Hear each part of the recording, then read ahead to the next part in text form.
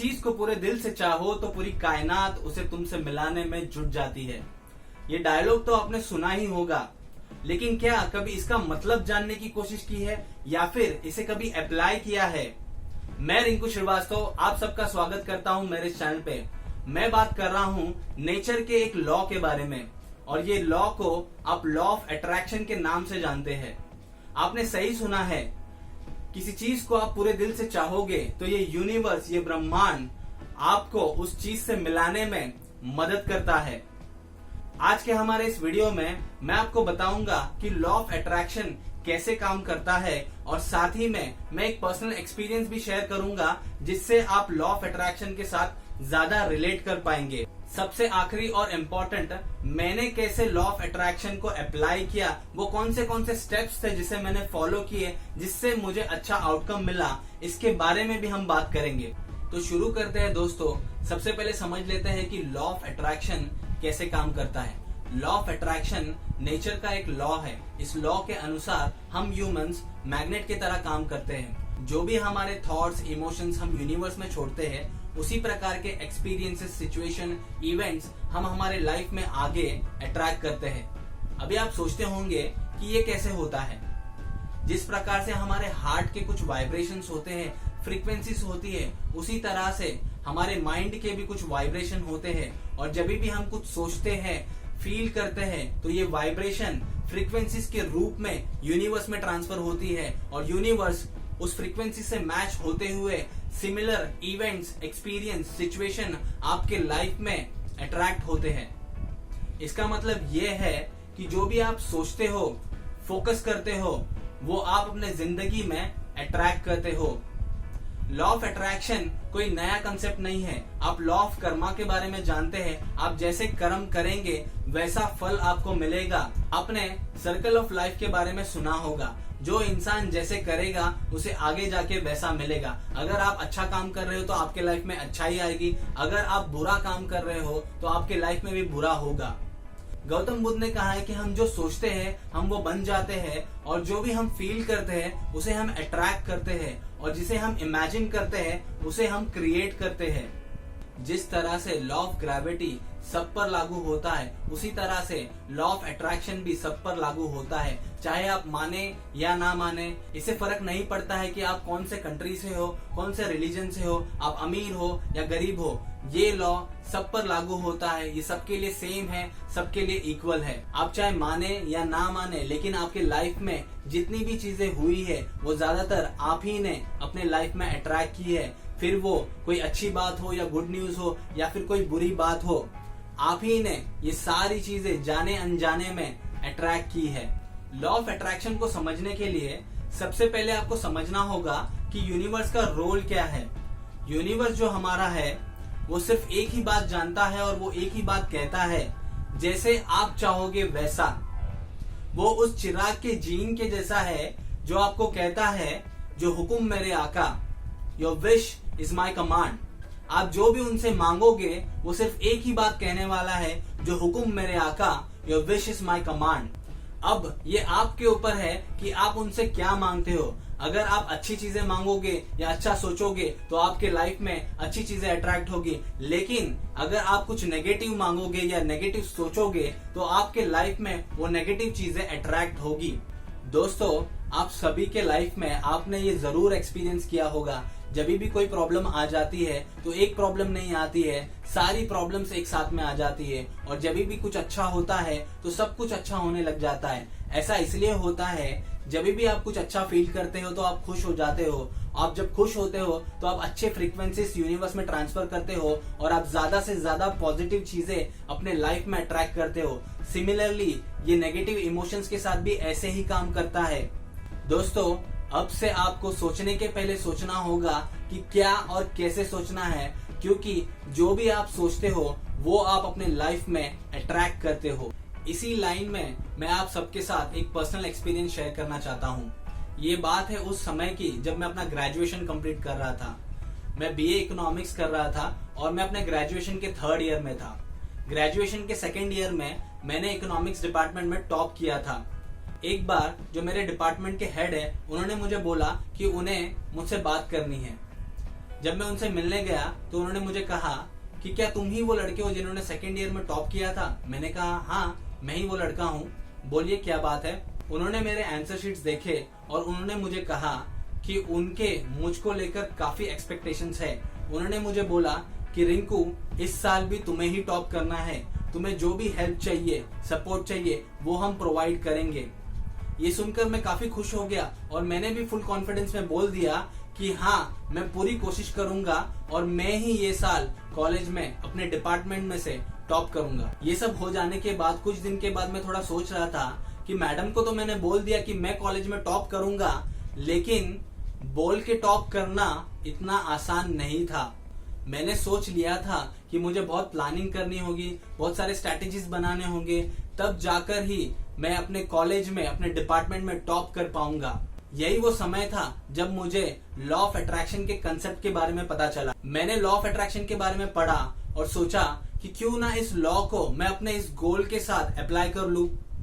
देखते हैं कि ये लॉ काम करता है कि नहीं करता है। मैंने लॉ ऑफ अट्रैक्शन को अप्लाई करना शुरू कर दिया। मैंने वो सारे स्टेप्स फॉलो किए जो लॉ ऑफ अट्रैक्शन में बता रहे थे। साथ ही साथ में मैंने प्लानिंग की, मैंने अपने नोट्स बनाए, मैंने प्रैक्टिस की, बहुत पढ़ाई की, बहुत मेहनत की, मैंने एग्जाम्स भी अच्छे लिखे और फाइनली वो दिन आ ही गया जिस दिन रिजल्ट अनाउंस होने वाला था। और आप मानोगे नहीं, हुआ वही जो मैं चाहता था।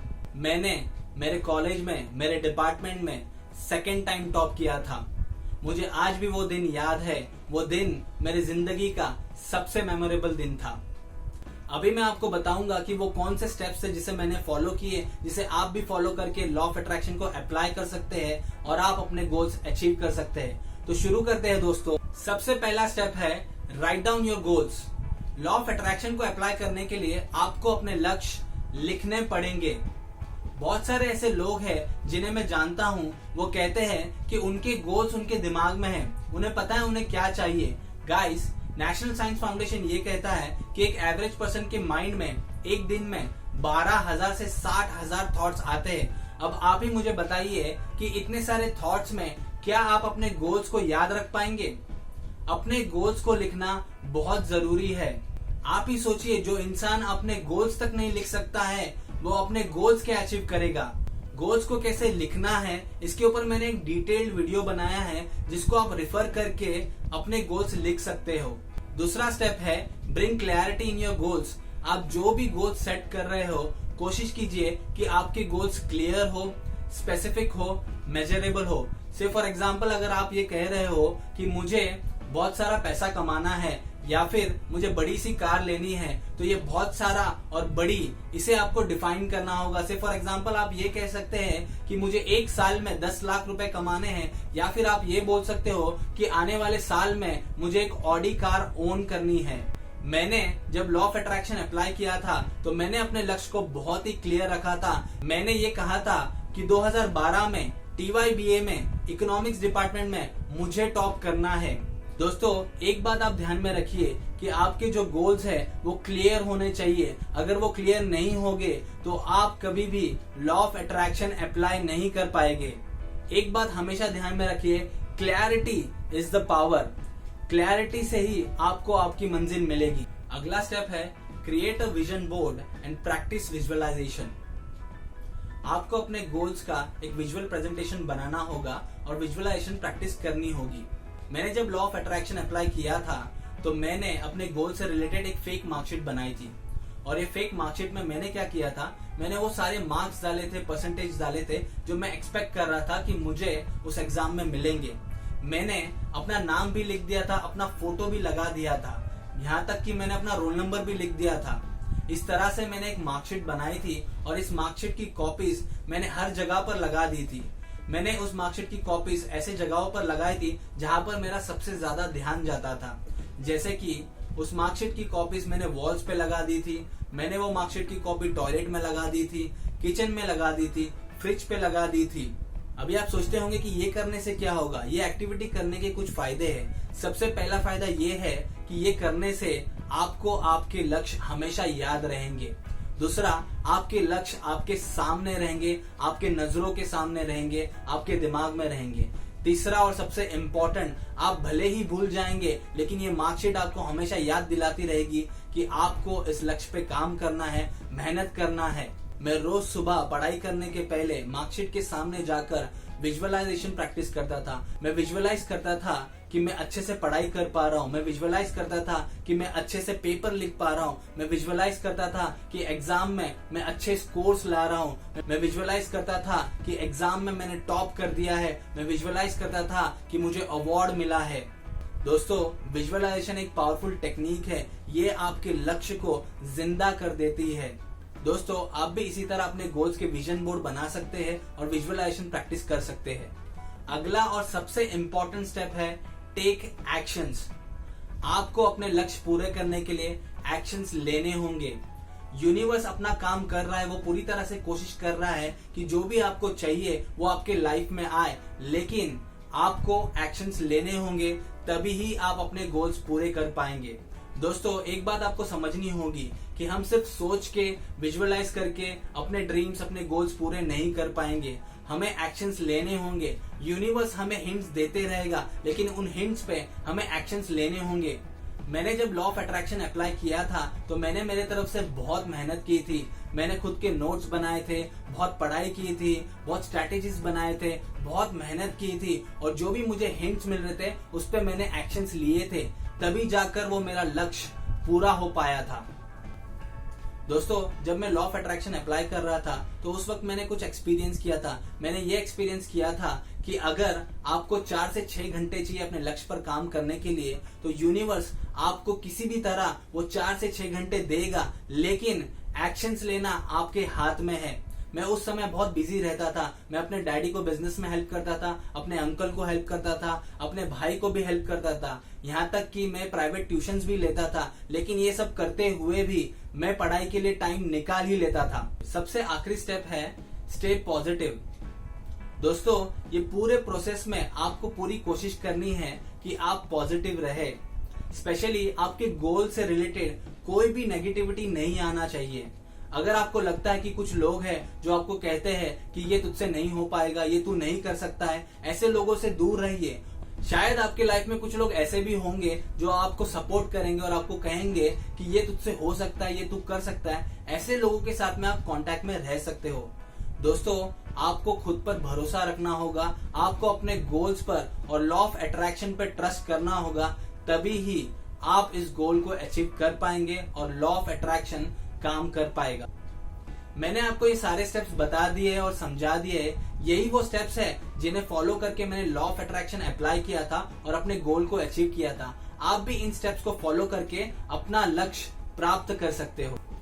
आज आपके साथ कुछ शेयर करना चाहूंगा। मुश्किल नहीं कुछ दुनिया में, तू जरा हिम्मत तो कर। ख्वाब बदलेंगे हकीकत में, तू जरा कोशिश तो कर।